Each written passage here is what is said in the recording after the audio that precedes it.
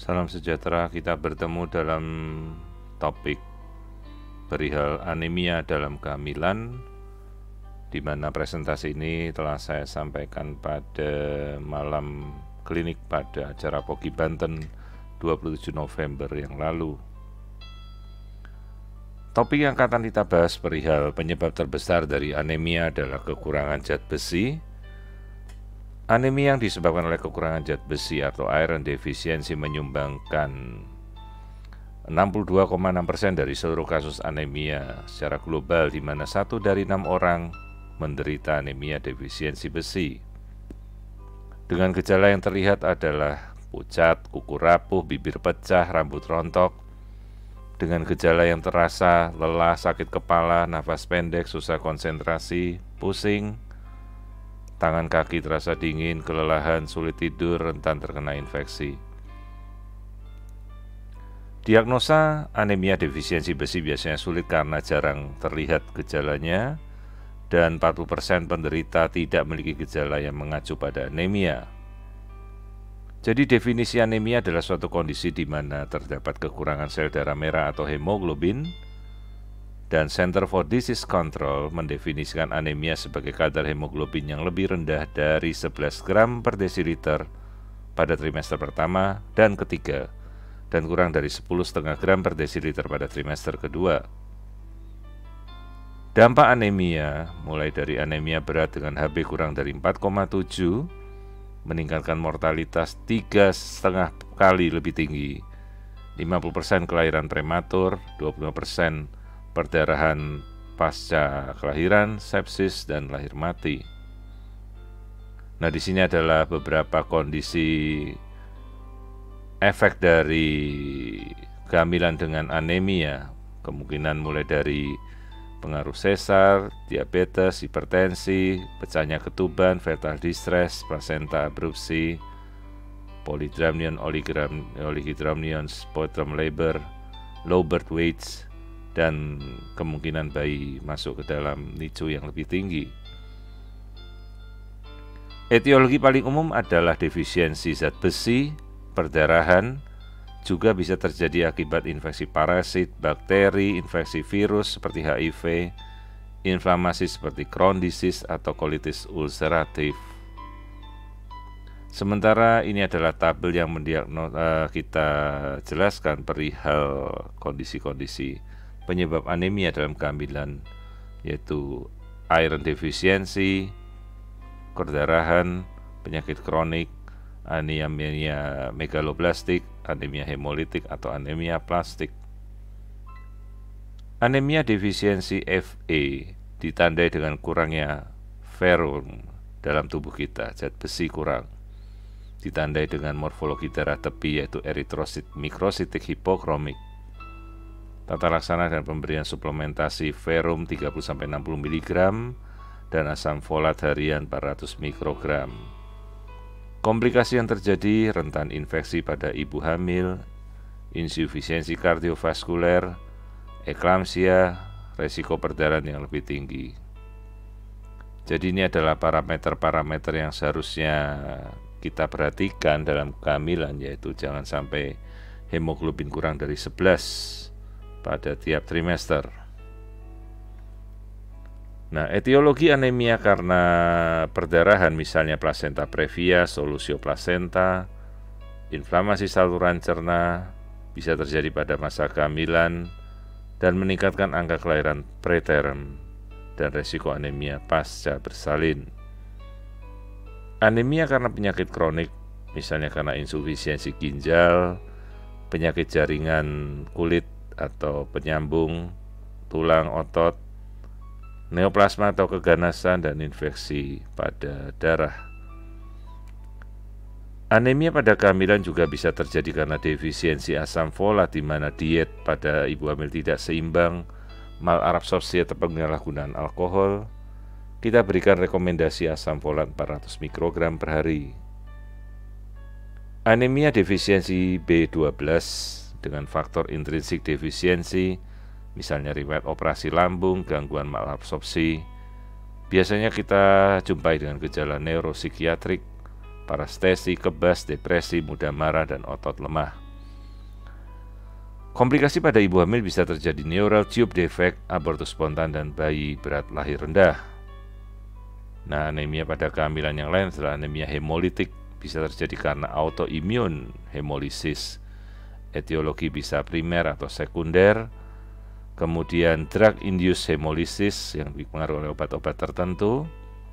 Pregnancy associated hemolysis, toksin bakteri akibat makanan, kemudian defek pada membran eritrosit dan defisiensi enzim eritrosit. Ada juga anemia aplastik dan anemia hipoplastik yang disebabkan oleh kondisi pansitopenia atau hypocellular bone marrow dengan etiologi gangguan imun, obat, infeksi, radiasi, leukemia atau kondisi yang diturunkan. Terapi biasa kita berikan terapi imunosupresan atau transplantasi sumsum tulang. Nah, yang perlu kita ketahui adalah screening anemia pada kehamilan sejak trimester pertama, kemudian usia 24-28 minggu, dan 24-48 jam postpartum atau setelah melahirkan. Beberapa guidelines merekomendasikan screening anemia pada tiap trimester.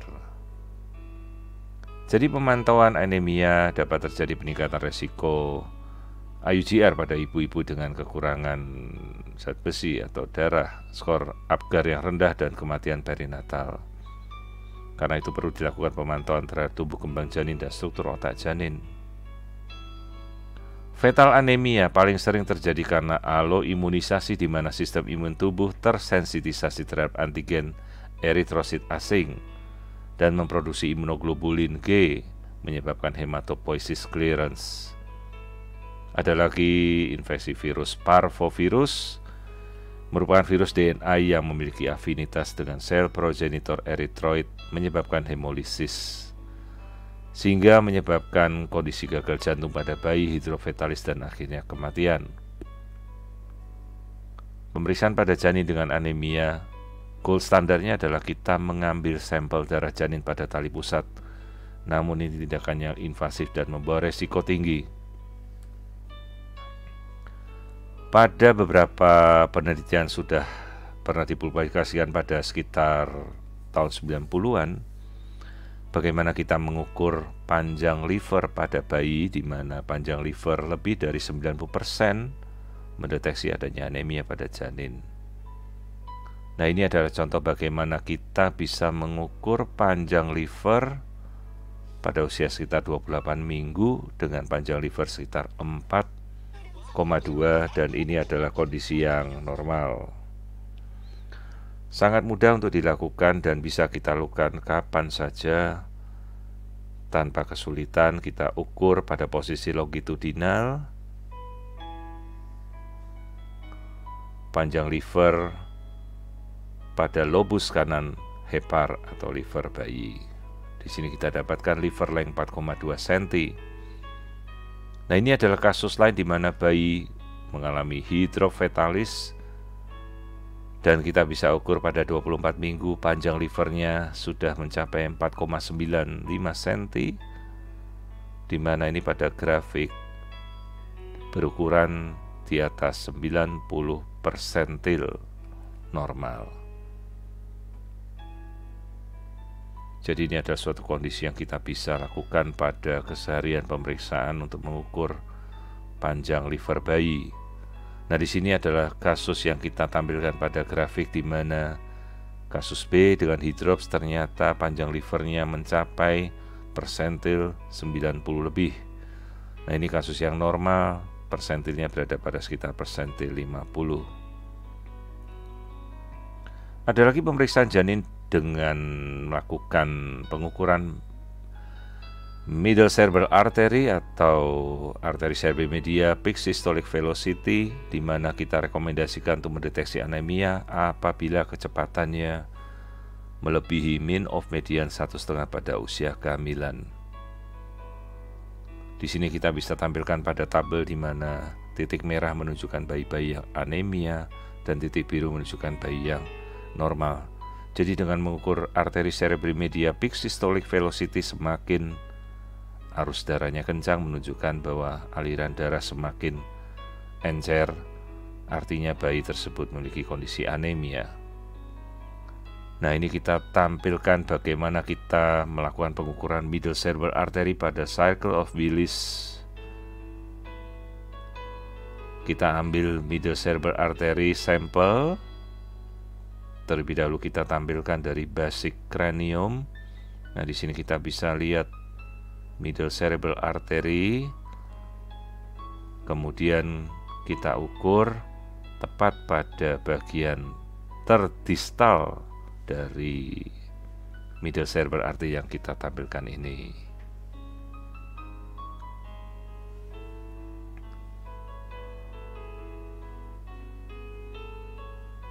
Nah, ini adalah contoh bagaimana kita mengukur peak systolic velocity pada middle cerebral artery bayi sekitar 28 minggu normal dengan peak systolic velocity yang normal kecepatannya.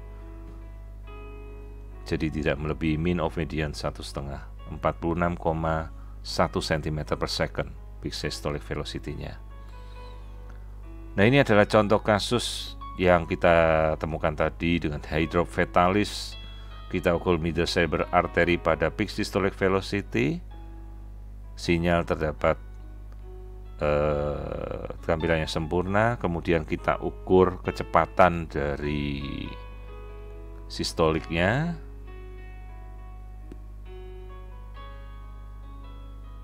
Nah, kemudian kita auto pengukuran, kita temukan 51,93 cm per second pada kasus anemia fetalis. Nah, ini adalah tampilannya, kita plotkan pada grafik yang ada di mana bayi dengan anemia menunjukkan peak systolic velocity middle cerebral artery yang di atas mean of median 1,5. Transfusi intrauterin bisa kita berikan pada bayi-bayi yang memiliki kondisi anemia, namun tentunya kita harus memikirkan kapan akan diberikan. Kita lakukan sebelum usia 34-35 minggu. Dengan prosedur persiapan, kita berikan kortikosteroid dan pemasangan akses intravena dan antibiotik profilaksis. Namun yang kita perlu ketahui bahwa transfusi intravaskuler ini membutuhkan golongan yang sama darahnya dengan si bayi, sementara golongan transfusi universal adalah O negatif, kemungkinan cukup sulit untuk didapatkan. Kita bisa memberikan transfusi pada vena umbilicalis intrahepatik atau pada daerah insersi plasenta, tepat pada saat insersi itu masuk ke dalam rongga tubuh abdomen bayi. Atau kita bisa berikan pada cavum peritoneum yang paling mudah, di mana kita langsung memberikan darah kavitas peritoneum yang langsung diabsorpsi melalui limfatik subdiafragma dan ductus thoracicus. Nah, ini adalah contoh bagaimana kita memberikan transfusi intrauterin pada bayi yang anemia. Pada bayi hydrops bisa kita berikan intraperitoneum, atau pada chorda umbilicalis, vena porta, atau pada vena umbilicalis yang masuk ke bayi pada insersi tali pusat. Namun sekali lagi ini tindakan yang cukup invasif dan membutuhkan golongan darah yang sama dengan bayi. Atau kita berikan golongan darah O negatif yang mungkin cukup sulit untuk kita dapatkan di Indonesia. Jadi kita umumnya memberikan langsung pada cavum peritoneum yang akan langsung diserap oleh bayi. Nah, ini adalah perhitungan transfusi intrauterin di mana perhitungan volumenya berkisar antara 10% dari hematocritic kali 0,02. Ini kita bisa berikan contoh perhitungannya dengan koefisien kira-kira berapa mili yang akan kita masukkan ke dalam bayi. Pemberian transfusi darah dan besi preparat verum parenteral diberikan sebagai alternatif pemberian besi oral pada anemia defisiensi. Dianjurkan pada kehamilan trimester ketiga, terutama lebih dari 34 minggu. Transfusi darah pakai red cell diberikan jika HB kurang dari 7 atau pada pasien dengan gejala atau tidak respon terhadap pemberian verum intravena. Nah, ini adalah beberapa jenis preparat besi intravena dari low molecular weight iron dextran, iron sucrose, iron polymaltose complex, ferrigluconate atau ferricarboxymaltose. Pemberian transfusi darah dan besi ternyata hampir tidak ada bedanya, jadi kita bisa memberikan transfusi darah ataupun pemberian preparat besi, dan ini adalah tabel yang menunjukkan bahwa setelah pemberian tersebut keduanya meningkat signifikan. Jadi bisa kita pakai antara transfusi darah ataupun pemberian zat besi intravena. Ini adalah tabel yang menunjukkan bila antara transfusi darah dan pemberian preparat besi intravena ini hampir tidak ada perbedaannya dan sebenarnya sama-sama efektif. Ini adalah program pencegahan anemia pada remaja putri dan wanita usia sekolah. Kita anjurkan dengan gizi seimbang, fortifikasi makanan, pemberian tablet tambah darah, dan obati penyakit penyertanya. WHO merekomendasikan suplemen besi untuk bayi dan balita. Ini tidak akan saya bahas, jadi untuk memberikan pada bayi yang baru lahir sampai usia 6-23 bulan. Juga rekomendasi WHO untuk suplemen zat besi pada anak usia prasekolah dan usia sekolah. Untuk remaja dan anak-anak, dewasa dan remaja, ini bisa kita berikan preparat besi 30-60 mg. Kemudian khusus untuk ibu hamil dan menyusui, kita berikan 30-60 mg iron, atau postpartum setelah lahiran kita berikan 30-60 mg iron. Ini adalah mikronutrien lain yang penting untuk pembentukan darah yang sehat, mulai dari folic acid, vitamin A, C, vitamin B12, B6, tembaga atau kapur, dan mangan.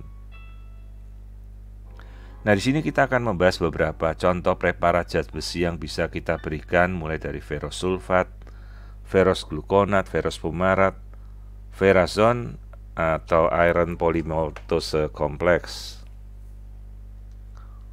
di mana perbandingannya tergantung dari masing-masing efeknya. Ada yang menimbulkan iritasi pada lambung, sembelit, jadi susah untuk buang air besar. Nah, ini kita bandingkan pemberian ferrous fumarat pada pasien dengan peripartum anemia. Setelah 4 minggu pengobatan kelihatan sekali hemoglobin dan serum ferritin levelnya naik. Juga pemberian ferrous fumarat pada wanita remaja dengan defisiensi besi menunjukkan hemoglobin yang naik dalam 3 bulan terapi. Ini adalah contoh penelitian di mana ferrous fumarat ini cukup efektif pada pasien-pasien yang tidak merespon terapi iron polymaltose complex. Sementara ferrous fumarat ini pemberiannya lebih ditoleransi daripada ferrous sulfat. Dia perbedaan efeknya ada pada konstipasi, diare, muntah, mual, dan nyeri perut. Ini ada pemberian ferrous gluconate pada wanita premenopausal dengan defisiensi iron yang berat, di mana pada akhir terapi menunjukkan kenaikan dari hemoglobin dan serum ferritin. Sementara dari penelitian disampaikan bahwa ferrous gluconate ini lebih efektif dibandingkan ferrous sulfat pada pasien-pasien dengan anemia sekunder. Nah, ini adalah kondisi serius dari anemia defisiensi besi yang bisa terjadi dalam kondisi sosial dan medis, misalnya pertumbuhan janin terhambat, gangguan imunitas, penurunan fungsi kognitif pada anak-anak balita, kemudian reaksi efek samping dari ibu dan bayi, kemudian menurunkan produktivitas pada wanita dewasa, juga memudahkan terjadinya fragilitas atau penyakit kognitif pada masa tua, dan meningkatkan resiko morbid dan mortalitas. Jadi anemia defisiensi ini menyebabkan gangguan multi organ, biasanya terjadi pada kegagalan sistem syaraf pusat, gangguan sistem imun, kardiorespiratory, pertumbuhan tulang, rambut, genitourinary, dan gastrointestinal tract. Jadi banyak faktor yang terpengaruh oleh kondisi anemia defisiensi besi atau anemia yang terjadi. Nah, kelompok masyarakat berikut ini direkomendasikan untuk diberikan suplemen besi oral harian pada remaja, ibu hamil, bayi, anak-anak, ibu pasca melahirkan, dan wanita usia produktif. Saya kira demikian yang bisa saya sampaikan dalam acara malam klinik POGI Banten dan pelantikan pengurus POGI Banten 2022 sampai 2025. Terima kasih atas perhatiannya.